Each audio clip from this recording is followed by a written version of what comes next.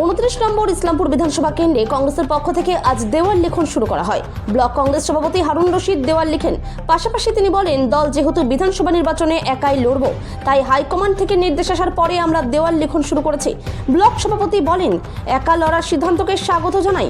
তিনি বলেন, কর্মীদের উজ্জীবিত করার জন্য প্রচার করতে হবে এবং প্রচারও শুরু হয়েছে। পাশাপাশি তিনি আরও বলেন, দল যাকেই প্রার্থী করবে সেই সিদ্ধান্ত আমরা মানব। Bureau report, big news Bangla. তো নির্বাচনী ঘোষণা হলো না, তো আপনারা দেওয়াল লিখনে শুরু করে দিলেন যে? দেখুন, নির্বাচন ঘোষণা হয়নি, যেহেতু কংগ্রেস একাই লড়বে। আমাদের হাইকমান্ড কংগ্রেস একাই লড়ার সিদ্ধান্ত নিয়ে নিয়েছে। আমাদেরকে বলে দিয়েছে যে আমরা একাই লড়ছি। কংগ্রেস আমাদের একাই যেহেতু লড়তে হবে, তাহলে আমাদের কাজ করতে হবে। যে কেন ইলেকশন আমাদেরকে শুধু লড়ার নাম নেই, ইলেকশন লড়ে আমাদেরকে জিততে হবে। তার জিততে গেলে আমাদের প্রত্যেকটা এলাকার মধ্যে আমাদের কংগ্রেসের যে কর্মীর মধ্যে একটা উচ্ছ্বাস বাড়াতে হবে। কর্মীদের উচ্ছ্বাস বাড়াতে গেলে আমাদের জায়গায় জায়গায় প্রচার করতে হবে। সেটা আজকে আমরা হয়তো কয়েকদিনের মধ্যে আমাদের প্রার্থী ডিক্লেয়ার হয়ে যাবে আর ইলেকশন ডিক্লেয়ার হয়ে যাবে।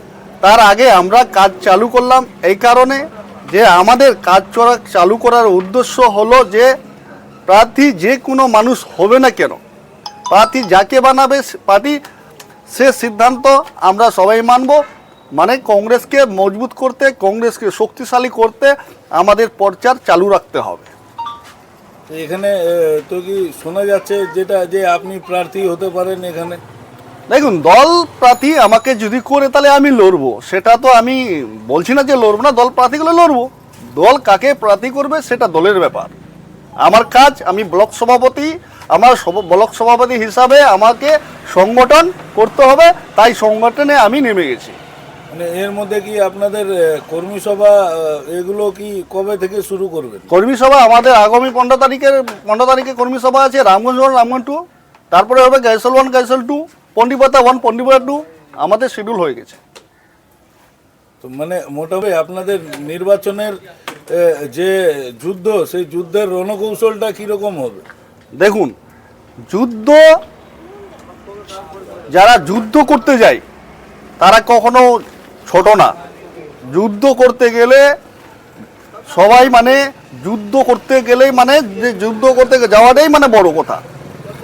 আমরা যুদ্ধ সফল হয়ে আসব আর ভালো আমরা ভোটে এই ইসলামপুর বিধানসভায় জিতব, এটা আমরা আশাবাদী। আর জায়গায় জায়গার মধ্যে, প্রত্যেকটা এলাকার মধ্যে, প্রত্যেকটা গ্রাম এলাকার মধ্যে যে তৃণমূলের দুর্নীতি, এই তৃণমূলের দুর্নীতি থেকে মানুষ মুখ ফিরিয়ে নিয়েছে। আমাদেরকে সব জায়গায় আশ্বাস দিচ্ছে যে আপনারা কংগ্রেস থেকে প্রার্থী দিন। আমি অত্যন্ত খুশি। আমার এআইসিসি এবং আমাদের অল ইন্ডিয়ার প্রেসিডেন্ট মাল্লিকার্জুন খড়গেজি এবং রাহুল গান্ধীজির, এদের আমি অনেক অনেক ধন্যবাদ জানাই যে আপনারা একাই লড়ার সিদ্ধান্ত নিয়েছেন, এবং আমাদের স্টেট প্রেসিডেন্ট শুভঙ্গ সরকারকে। কিন্তু এখানে তো এবার অনেক পার্টি দেখছি ইতিমধ্যেই মিম ঘোষণা করে দিয়েছে যে তারা এবার নির্বাচনে অংশ নেবে। তারপরে এখানটায় আপনার আইএসএফ রয়েছে, নওশাদ সিদ্দিকীর পার্টি, এদিকে আবার হুমায়ুন কবিরের পার্টি রয়েছে। তো আরও কিছু পার্টি আসার এরকম ইঙ্গিত পাওয়া যাচ্ছে। তো এতগুলো পার্টি মিলে পড়ে তাহলে কার সাথে লড়বেন আপনারা? দেখুন, জাতীয় কংগ্রেস একটা কোনো ছোটো মোটো আঞ্চলিক দল না। জাতীয় কংগ্রেস সারা ভারতবর্ষের দল। সেই ইন্ডিয়ান ন্যাশনাল কংগ্রেস, সেই কংগ্রেস আজকে দেশকে যারা আমরা পড়াশোনা করেছি, যারা শিক্ষিত মানুষ, তারা ভালোভাবে বোঝে যে অল ইন্ডিয়া কংগ্রেসটা কি। আজকে অল ইন্ডিয়া কংগ্রেস না থাকার কারণে আজকে এই অবস্থা পশ্চিম বাংলার। যদি কংগ্রেস থাকে তাহলে আমরা 1500 টাকা করে ভাতা নিতাম না, কারণ আমাদেরকে চাকরি দিত। কংগ্রেসের আমলে যখন কংগ্রেস ছিল অনেক স্কুল হয়েছে, কলেজ হয়েছে, রেলওয়ে স্টেশন হয়েছে, রেলের নির্মাণের কাজ হয়েছে, অনেক বিদ্যালয় হয়েছে, অনেক সুবিধা পেয়েছে, রাস্তাঘাট হয়েছে।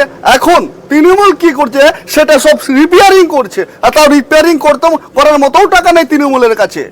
তাহলে আমি মানুষকে আহ্বান করব, মানুষকে জানাবো যে আপনারা কংগ্রেসের হাতকে 2026-এর সামনে যে বিধানসভার ভোট, সেই ভোট মনে রেখে আপনারা কংগ্রেসের হাত মজবুত করুন। অন্যায়ের বিরুদ্ধে অন্যায়ের কথা বলার জন্য কংগ্রেসকে মজবুত করুন।